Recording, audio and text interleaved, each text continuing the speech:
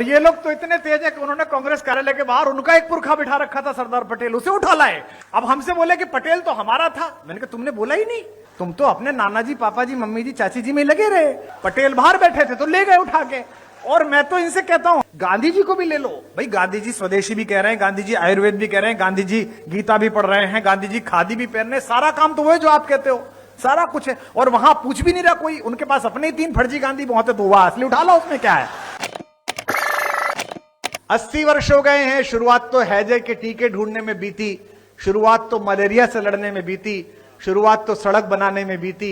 अब देश प्रगति कर रहा है, लोगों पर पैसा भी आ रहा है, धन भी आ रहा है, विदेश में जा रहे हैं। आदमी बड़ा हो जाता है, घर के बच्चे बड़े हो जाते हैं, तो पुरखों को तलाशता है कि वास्तविक पुरखे कौन थे, फोटो किसका चिपकाना था। अब फोटो चिपका रहे तो करे ये कहां से ले आए। कल उन्हीं 3 पुरखों के यहां पर बड़े बड़े प्रतिमा का अनावरण होना है, जिनको चिपकाना है, जो पहुंचने यहां तक तो समस्या आ रही है। और ये लोग तो इतने तेज है कि उन्होंने कांग्रेस कार्यालय के बाहर उनका एक पुरखा बिठा रखा था सरदार पटेल, उसे उठा लाए। बोले क्योंकि अब हमसे बोले कि पटेल तो हमारा था। मैंने कहा तुमने बोला ही नहीं, तुम तो अपने नाना जी, पापा जी, मम्मी जी, चाची जी में लगे रहे।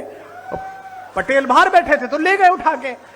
और मैं तो इनसे कहता हूं, हमारे आदरणीय भूपेंद्र जी बैठे हैं, ये सब वैचारिक लोग बैठे हैं, राम रमापति जी बैठे हैं, गांधी जी को भी ले लो भाई। गांधी जी स्वदेशी भी कह रहे हैं, गांधी जी आयुर्वेद भी कह रहे हैं, गांधी जी गीता भी पढ़ रहे हैं, गांधी जी खादी भी पहन रहे हैं। सारा काम तो वो है जो आप कहते हो, सारा कुछ है। और वहां पूछ भी नहीं रहा कोई, उनके पास अपने ही 3 फर्जी गांधी बहुत है, तो वह असली उठा लो, उसमें क्या है।